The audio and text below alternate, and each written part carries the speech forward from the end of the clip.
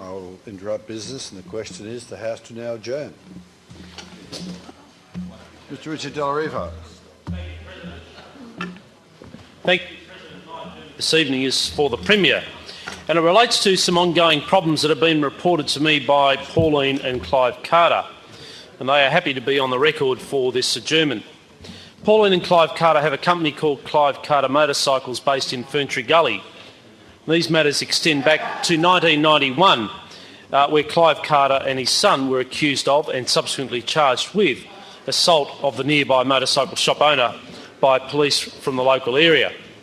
The matters were dealt with through the Supreme Court, then the County Court Appeal, then to the full Supreme Court, remitted back to the County Court, and then back down to the Box Hill Court where convictions were upheld.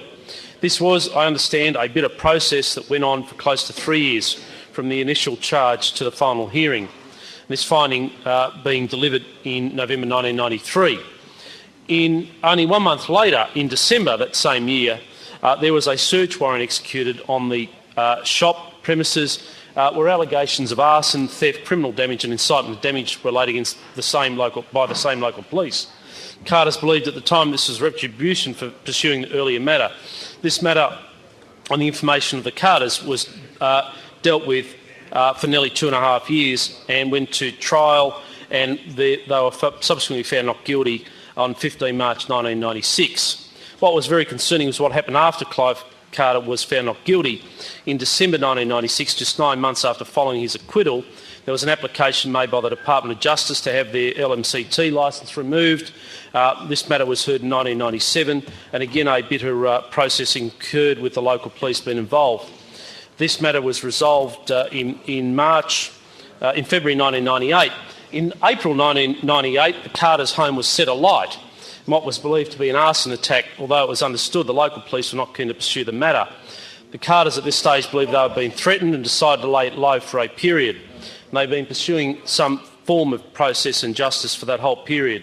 It appears that they have been subject to a process that would be claimed as either intimidation or other activities. Now, I'm not that naive as a former policeman to believe that this doesn't occur, and I understand from the outset that the Carters have presented to me as hard-working people, for whatever reason appear to upset a group of people, which retribution has been swift and harsh. My understanding is, with the limited time left, that there is a series of coincidences of certain events in a sequential manner that would form the view that they've been persecuted, and it seems very odd, as a former detective, being able to put together the pieces. So the action I call in the 15 seconds is for the Premier to not let others like the Carters suffer the wrath that is hell-bent on damage, and to implement a Victorian Integrity Anti-Corruption Commission so that matters such as those that I've revealed tonight may be investigated properly, fully and finally.